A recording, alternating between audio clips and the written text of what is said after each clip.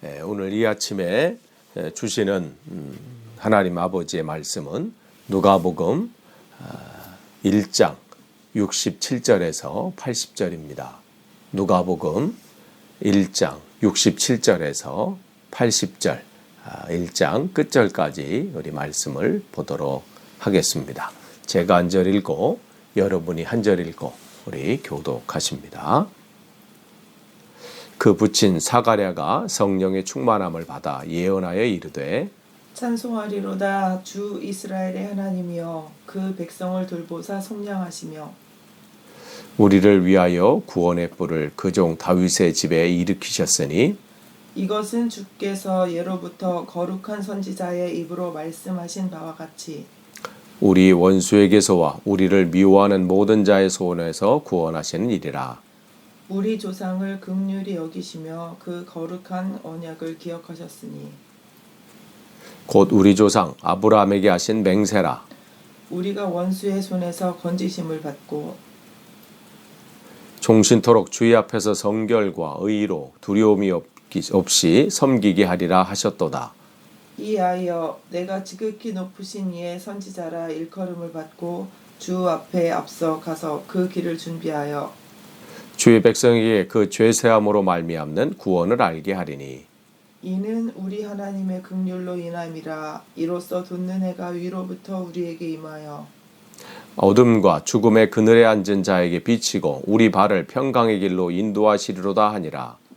아이가 자라며 심령이 강하여지며 이스라엘에게 나타나는 날까지 빈들에 있으니라. 아멘. 오늘 누가복음 1장 67절에서 80절 말씀 또 우리 함께 나누도록 하겠습니다. 67절에 그 붙인 사가랴가 성령의 충만함을 받아 예언하여 이르되 그가 하나님으로부터 뜻밖의 소식을 듣게 되고 그것은 그 가정과 또 그의 삶 속에 정말 기대하지 않았던 정말 어떤 축복의 소식이고 기쁨의 소식이었고 또 그 소식과 함께 또 오실 메시아에 대한 또 그 소식으로 인하여 지금 이 사가랴는 성령의 충만함을 인해서 예언한다. 예언과 이 예언 속에는 뭐가 담겨지냐면 그가 하나님을 향한 그 찬양이 담겨져 있습니다. 그러면서 68절에 찬송하리로다. 우리가 거듭 말씀드리고 나눈 것처럼 찬송한다는 그 속에 그 담겨진 뜻은 뭐냐면 그분께서 하셨습니다. 즉 하나님께서 하셨습니다. 이런 고백이 담겨져 있는 게 찬송이죠. 어제 임승철 집사님께서 올려주신 그 찬양 주님 말씀하시면 내가 나아가리라. 주님 뜻이 아니면 내가 멈춰서리라. 사실 우리가 그렇게 찬양을 하고 그렇게 노래를 하지만 그렇게 사는 것이 쉽지 않지요. 근데 그렇게 우리가 살기 어렵지만 어느 날 그게 되는 거예요. 주님 말씀하시면 내가 가기 싫어도 이 여정 속에서 좀 멈추고 싶고 게으름을 피우고 싶고 그냥 오늘은 좀 쉬고 싶어도 말씀하시면 가는 거고 오늘은 정말 뭔가를 해보려고 하고 막 내 열심으로 아니면 뭔가 더 적극적으로 하려고 할 때도 주님의 뜻이 아니면 거기서 단호하게 멈춰 서는 것. 어느 날 되는 거죠. 그런데 그게 오늘 되는 거예요. 그런데 그때가 바로 그 노래가 진정한 찬양이 되는 것이고 찬송이 되는 것이죠. 그럴 때 우리는 뭘 고백하는 거예요? 내 힘으로는 할 수 없는데 하나님께서 하셨구나. 이건 하나님께서 하셨습니다. 하나님만이 아니고서는 내가 지난 날도 실패할 수밖에 없는데 그때 못할 수밖에 없는데 하나님께서 하셨습니다. 고백하고 승리하게 하셨습니다. 고백하는 것이 찬송이죠. 그러니까 지금 이 사가랴도 자기 부부의 상황으로 봤을 때 이 아이를 주신 것은 이건 뭐 우리가 할 수 없는 일이죠. 또한 그동안 이 말라기서부터 이 말라기 선지자로 끝으로 400년간 주의 말씀이 멈춰서고 이 예언이 없어지고 메시아를 기다리고 있는 이때에 그들로부터 메시아를 오시겠다는 그 소식을 들었을 때 이거는 하나님이 하신 것이죠. 하나님만이 할 수 있는 일이에요. 그러니까 그렇게 찬양을 한 겁니다. 그러면서 주 이스라엘 하나님이여 그 백성을 돌보사 그러게 했어요. 돌보사 그랬어요. 사가랴는 정말 이 찬양 속에 뭐가 담긴 우리 부부를 돌보신 하나님을 지금 또 찬송하고 있습니다. 자기들이 안 되는데 이 돌보시는 단어는 끊임없이 성경이 많이 나오죠. 예를 든다면 하나님께서 그 아브람과 그 사라 창세기 21장 1절에도 그 부부를 하나님께서 돌보셨다 이렇게 기록하고 있습니다. 사라를 돌보셨다. 하나님 그러한 분이세요.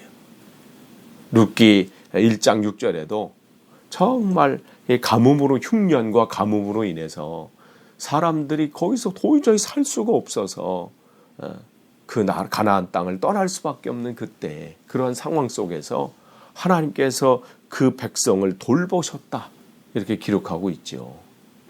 돌보시는 하나님이십니다. 지금 코로나19 이 상황으로 인하여 이 사태로 인하여 정말 어려운 가운데 있잖아요. 이때야말로 우리가 돌보시는 하나님을 찬양하면서 하나님의 이 그 돌보심을 우리가 바라보면서 그 시간들을 우리는 보내야 합니다. 바로 이 사가랴는 그 돌보시는 하나님을 찬송하고 있습니다. 그러면서 속량하시며 70절에 69절에 보면 우리를 위하여 구원의 뿔 그종 다윗의 집에 일으키셨다. 구원의 뿔이라는 것은 하나님의 능력, 하나님의 힘을 말하는 거죠. 그러니까 하나님이 말씀하신 것은 이 하나님께서 지금 하나하나 이루어 가심을 지금 찬송하고 있는 거예요. 또 그것을 찬송과 더불어 예언하고 있는 거예요. 그 일은 반드시 지금 이루어졌고 또한 나에게 지금 이루어졌잖아요. 말씀하신 것이 또한 그 오실 그 메시아도 이루어진 것이죠. 그런 일은 이루어질 것이라는 것을 지금 예언하고 있는 겁니다. 그러면서 70절에 이것은 주께서 예로부터 거룩한 선지자들을 입으로 말씀하신 바와 같이 즉 선지자들을 통하여 하나님께서 우리에게 끊임없이 말씀하셨죠. 우리 원수에게서와 우리를 미워하는 모든 자의 손에서 구원하시는 일이라. 우리 조상을 긍휼히 여기시며 그의 거룩한 언약을 기억하셨으니 곧 우리 조상 아브라함에 하신 맹세라. 구약 성경을 통해서 또 예언자들을 통해서 끊임없이 하나님께서 말씀하시고 또 하나님께서 약속하신 그것이 어떻게 해요? 성취된 거예요. 말씀하신 그 오시리라는 그 메시아가 바로 이 예수 그리스도다. 이 예언을 지금 하고 있고 또 그러한 하나님의 그 예언의 성취 그것을 지금 찬송하고 있습니다.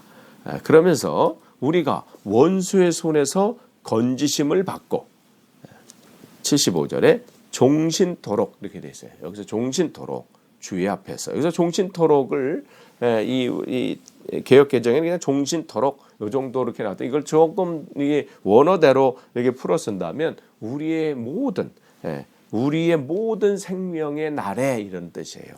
그러니까 우리가 요 때만 뭐 아니면 요 순간만이 아니라 내가 숨 쉬는 순간마다 즉 내가 하나님 앞에 부르심을 받는 내 생명이 아직 존재하고 있는 그때 뭐예요? 내가 하나님을 온전히 섬기겠다는 것이죠. 온전히 하나님만을 그러니까 순간이 아니에요. 내 생명이 다하는 그날까지 기운이 다하는 그날까지 이게 오늘 우리가 해야 될 모습이죠. 하나님을 섬기는 것, 우리의 사명을 감당하는 것, 그것은 뭐 어떤 순간, 뭐 기쁨의 순간이든지 아니면 내가 좋아하는 어떤 순간, 아니면 내가 시간이 되는 그 순간이 아니라 내가 호흡하는 그 순간, 내 생명이 다하는 그날까지 내게 맡겨진 그 사명을 감당하고 또 그 일을 온전히 순종하며 하나님의 하나님을 섬기는 것은 우리의 마땅한 삶의 모습입니다. 그런데 여기 보면 또 주 앞에서 이렇게 기록하고 있어요. 주 앞에서라는 요 짤막한 단어 속엔 뭐가 담겨져 있냐면 제사장들이 그 자기 맡은 바 특별히 이 사가랴가 자기 이 때가 돼서 자기 순번이 돼서 하나님 예배 성소에 들어가서 하나님을 예배하는, 다른 사람들은 그냥 일반 사람들은 꿈도 못 꾸는 일이죠. 그런데 그때가 오면 주님께서 오시는, 주께서 오시면 이런 일들 우리 앞에 자연스럽게 나온다는 거죠. 하나님 앞에 우리가 자연스럽게 성소에 들어가는 것 자유롭게 할 수 있음을 오늘 예언하고 있는 거예요. 이 사가랴를 통해서 메시아가 오시면, 지금은 우리가 모든 사람이 그 앞에 성소로 나갈 수 없고 하나님 앞에 직접적으로 나갈 수 없지만 주께서 오실 때, 메시아가 오실 때 우리는 자유롭게 나아가게 될 것이다. 바로 이걸 얘기하고 있지요. 모든 백성이 자유롭게 하나님을 섬기게 될 것이다.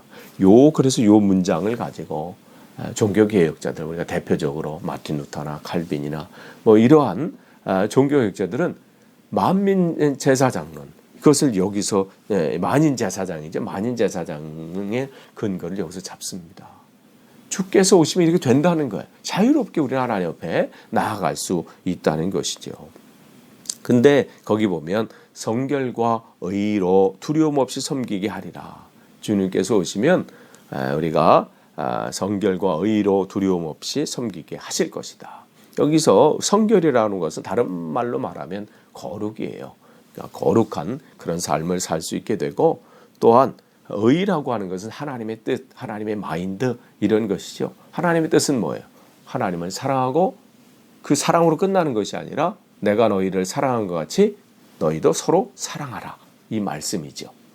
그것은 이웃으로 자연스럽게 넘어가는 것입니다. 그런데 이런 것이, 이러한 삶, 하나님과의 이 거룩한 하나님과의 관계 속에서 주님께서 거룩하니 우리도 거룩한 삶을 살아야 되는데, 그 거룩은 또 거룩한 삶과 또 하나님 그 거룩한 삶은 이웃 사랑으로 넘어가는데, 그것은 우리 힘으로 안 된다는 거예요. 우리가 결심하고 하지만 사랑하는 건 쉬운가요? 안 되지요. 살 수 없어요, 우리 힘으로는. 그런데 그분께서 메시아가 오시고 예수 그리스도를 내가 믿고 그 믿는 그분을 받아들이고 할 때 어떻게 해요? 그렇게 되어지게 하시는 거예요. 그렇게 하게 만드신다는 것입니다. 그분이 오시면 그분이 하시면 된다는 말씀입니다. 그래서 우리는 주님을 의지하는 것이죠. 그러면서 76절에 이하이여 내가 지극히 높으신 이의 선지자라 일컬음을 받고 주 앞에 서서 그의 길을 준비하며, 아까 말씀드린 대로 말라기 이후 400년 동안, 말라기 선지자 이후 400년 동안 그들은 선지자를 기다리면서 또 하나님의 이 말씀을 기다리면서 400년의 암흑기를 보냈습니다. 그런데 이제 주님께서 보내신 이 선지자 세례 요한의 등장을 보면서 이제 하나님 앞에 또 찬송하고 있는 거예요. 그들가 높은 이의 선지자라 일컬음을 받게 된다. 그럼 높임을 받는 것은 뭐 그가 원래 그렇기 때문에, 아니면 뭐 자기 자식이기 때문에 이런 얘기를 하는 것이 아니라, 그의 삶이 어떻게 주의 앞에 가서 그의 길을 준비하는 삶이기 때문에 그렇습니다. 여기 보면 주 앞에서, 여기서 앞이라고 하는 것은 면전에서 그러는 거예요. 주 앞에서, 우리 코람 데오 그러잖아요.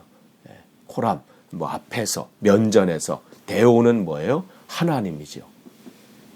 그러니까 즉 하나님 앞에 늘 그런 마음으로, 이러한 뜻으로 사는 것이죠. 종교개혁자들이 자기의 그 종교개혁을 하면서 또 개혁의 삶을 살면서 늘 기억했던 것이 바로 이거잖아요. 나는 지금 하나님 앞에 서 있다. 그러니까 하나님 앞에 날마다 내가 하나님 앞에 서 있다고 하는 사람들은 어떤 거예요? 다른 게 아니에요. 뭘 서 있다는 게 뭘 하는 거겠어요? 그의 길을 준비하는 거예요. 세례 요한은 주님의 오심을 기다린다면, 그걸 예비하면서 기다린다면, 그럼 이 시대를 살아가는 우리들은 뭘 기다리는 거예요? 바로 주님께서 다시 오심을 우리가 준비하면서 예비하면서 그렇게 사는 겁니다. 그럼 여러분 무엇을 준비하고 계십니까? 우리는 무엇을 준비해야 되겠습니까? 그러니까 바로 우리의 삶 속에서 바로 내가 어떻게 주님 앞에 사는 것인지, 내가 누구인지, 그 늘 점검하는 거예요. 그래서 주 앞에. 그러니까 이 세례 요한은 바로 이 예비하는 삶은 바로 주님께서 걸어가실 그 길, 앞으로 그 걸어가실 길을 벗어나지 않으려고 그 삶 속에서 나를 통해서 주님의 모습이 드러나는 그 삶을 끊임없이 준비하고 자기를 되돌아보는 것이죠. 여러분이 지금 이 코로나19 이 사태로 인하여 여러분이 개인적으로 가정에서 머무는 분들이 많이 계시는데 이 시간 속에서 여러분 정말 주님을 더 예비하는 삶, 주님을 더 기억하는 그 삶이 되기를 원합니다. 또 77절에 보면 이하이여 주의 백성에게 그 죄사함으로 말미암는 구원을 알게 하리라. 그러니까 그는 세례 요한은 준비하는 삶에서 끝나서 더 나아가서 되게 아직 백성들이 메시아가 누구인지를 모르고 있는 이 상태에 어떻게 해요? 그들에게 알게 하시는 거예요. 알게 하는 그 일들을 감당하는 겁니다. 메시아가 누군지, 예수 그리스도가 누군지 전하는 것이죠. 알려주는 것이 가르치는 것이죠. 그러려면 어떻게 해요? 우리가 먼저 알아야 합니다. 예수 그리스도가 누구인지. 그래야 전할 수 있죠. 여러분 이 시간 속에 이 많은 시간 속에 여러분이 더 주님을 알기를 원하고 주님 그것을 전할 수 있는 여러분이 되기를 원합니다. 또한 78절에 이는 우리 하나님의 긍휼로 인함이라. 이로써 돋는 해가 위로부터 임하여 했어요. 그러니까 이 또 예언하기를 이런 모든 일들은 우리가 되는 것이 아니라 빛이 우리에게 임할 때 우리가 감당할 수 있는 거예요.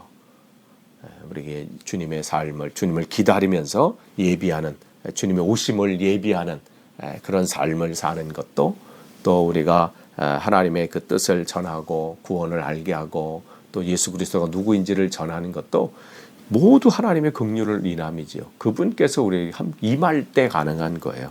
그래서 우리에게 임한다라고 기록하고 있고 그 다음에 79절에 임하는 것으로 끝나지 않고 임한 사람에게 나타나는 일은 뭐예요? 어둠과 죽음의 그늘에 앉은 자에게 그들에게 비치는 것이죠. 우리에게 그 빛을 비치는 것 주님께서 먼저 우리에게 빛을 비춰주실 때 성령이 우리에게 임할 때 그것을 다시 비출 수 있는 거예요. 우리의 노력이나 우리의 지식으로나 우리의 경험으로 될 수 있는 일이 아닙니다. 그들이 어둠과 죽음의 그늘에 앉은 자에게 그들이 앉고 싶어서 거기 앉아 있겠습니까? 모르니까. 거기 앉아 그게 전부인 줄 알고 앉아 있는 것이죠. 성령이 우리에게 임할 때 우리는 능력을 받아서 땅 끝까지로 그 빛을 전할 수 있게 됩니다. 그러니까 비친다는 것은 뭐예요? 그 속에 있는 사람, 어둠 속에 있는 사람이 그 어둠이라는 거 뭐예요? 하나님과의 관계가 단절된 거죠. 타락이 된 거예요. 하나님과의 관계가 끊어진 거예요. 근데 성령이 그들에게 조명해 주실 때, 비춰 주실 때 어떻게 그 관계가 붙어지는 거죠. 관계가 회복이 되는 거예요. 그 일들은 어디 내게 하나님의 성령이 임할 때, 내게 하나님의 빛이 임할 때, 그 일들을 감당할 수 있습니다. 그러면 그 다음으로 무슨 일들이 일어나요? 우리의 발을 평강으로 길로 인도하시는도다. 이렇게 기록하고 있어요. 평강의 길로 인도하신다. 그래서 평강이라고 하는 것은 우리가 세상이 줄 수 없는 것이죠. 바로 이 일들이 우리에게 일어납니다. 또한 그 길로 하나님께서 인도하시는 거예요. 그래서 끝으로 아이가 자라며 심령이 강하여지고 이스라엘에게 나타나는 날이 빈들에 있으니라. 세례 요한이 이제 자라나되 또한 어떻게 해요? 심령이 강하여진다. 자라나는 것이야 뭐 육체적인 것은 물론 이것도 쉬운 일은 아니지요. 자란다는 것 우리가 아이가 그러나 더 우리가 하나님의 은혜가 아니고서는 도움이 아니고서는 안 되는 게 뭐예요? 심령이 강하여지는 거예요. 물론 육체적으로 자라는 것도 하나님의 은혜지요. 그것도 하나님께서 자라나게 하실 때 가능하지만 그러나 더 우리에게 필요한 것은 심령이 강하여지는 거예요. 심령이 강하여지는 것은 성령의 도움이 없이는 안 되는 겁니다. 그런데 그렇게 하나님께서 우리를 그렇게 하게 하시는 것이죠.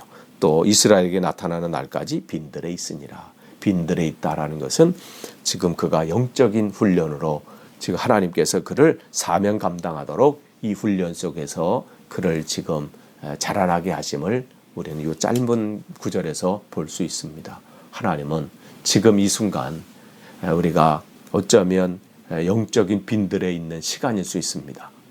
여러분, 이 시간이 여러분이 정말 영심령이 강하여지는 시간들이 되고 그렇게 준비되어지는 그러한 또 그렇게 해서 여러분이 정말 충만해지는 시간이 돼서 이 모든 상황이 우리가 종식이 되고 끝나고 자유롭게 나가 사람을 만나고 할 때 정말 주님의 길을 예비하는 우리 교회 또 저와 여러분이 되기를 간절히 축원합니다.